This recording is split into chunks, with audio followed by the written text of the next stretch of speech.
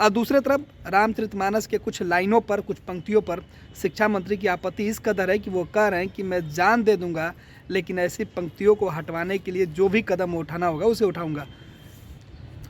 देखिए, ये लोफर और लंपट मंत्री की तरह इनका बयान है।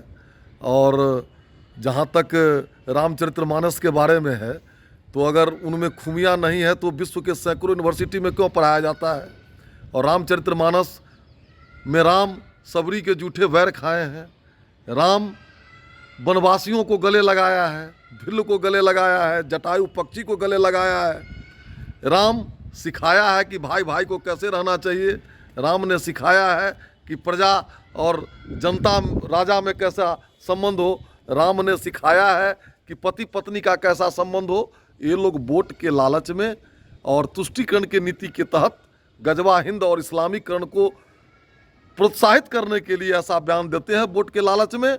तो रामचरितमानस में ही पंक्ति है कि राम विमुख हाल तुम्हारा, रहा न कुल कोई रोवन हारा।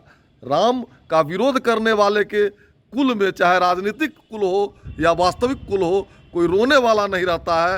राम का विरोध करने वाला आज मंदिर मंदिर, द्वारे द्वारे घूम रहा है। इसका प्रत्यक्ष प्रमाण राहुल गांधी को आप देख सकते हैं। रही बात पंक्तियां हटाने की, तो मर्दावा अगर हैं, मर्द अगर हैं, तो इस्लाम में भी बहुत विवादास्पद पंक्तियां हैं, दूसरे धर्मों में भी हैं। अगर बोलेंगे तो सर तन से जुदा का बात चल जाएगा और उनको सब दशा हो जाएगा।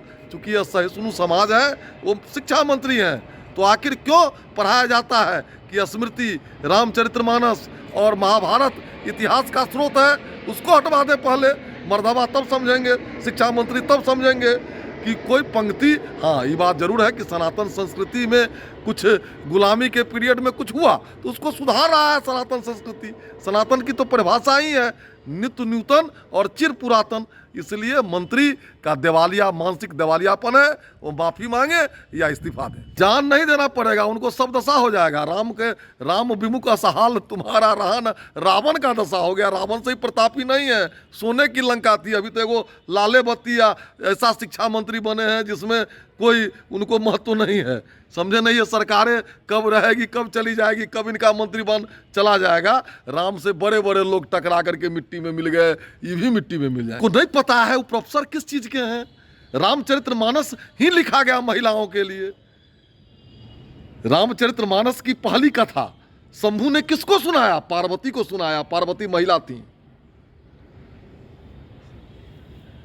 कहूं लोक कथा है, और लोक कथा में महिला सीता को कितना मान मर्यादा दी है। सीता के लिए वो रावण से लड़ गए। पहली कथा रामायण की जो है, रच महेश निज मानस राखा, पाए सुसमय शिवासन भाखा, किसको सुनाए? पहला कथा जो रामचरितमानस का है वो पार्वती जी को सुनाया गया।